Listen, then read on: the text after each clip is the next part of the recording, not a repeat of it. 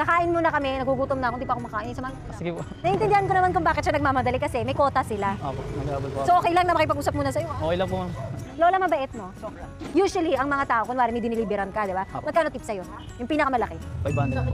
500? Bakit? Anong ginawa mo nun? Siguro po, na-tsempo na namin na ganun sila mag-tip. Magkano yung bill? Nasa 400 plus lang po. Mas malaki pa tip nila. May ganun po talaga minsan, pero madalang po. Ilan taong ka nga? Ay, kaka 25 ko lang August 3rd. Ah, belated happy birthday. Kain tayo, ayaw ni Lola eh.